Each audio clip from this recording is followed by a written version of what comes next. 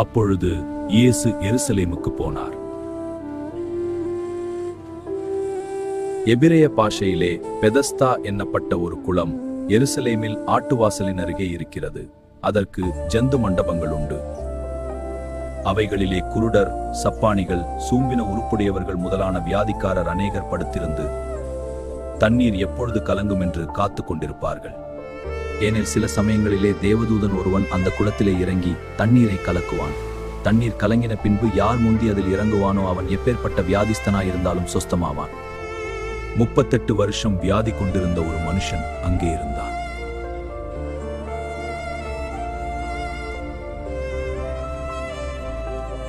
படுத்திருந்த அவனை இயேசு கண்டு, அவன் வெகுகாலமாய் வியாதிஸ்தன் என்று அறிந்து அவனை நோக்கி, சொஸ்தமாக வேண்டும் என்று விரும்புகிறாயா? ஆண்டவரே, தண்ணீர் கலக்கப்படும் போது என்னை குளத்தில் கொண்டு போய் விடுகிறதற்கு ஒருவரும் இல்லை. நான் போகிறதற்குள்ளே வேறொருவன் எனக்கு முந்தி இறங்கி விடுகிறான். எழுந்திரு, உன் படுக்கையை எடுத்துக்கொண்டு நட. உடனே அந்த மனுஷன் சொஸ்தமாகி தன் படுக்கையை எடுத்துக்கொண்டு நடந்து போனான். Welcome to Tehillah Ministries. Subscribe to join our faith community.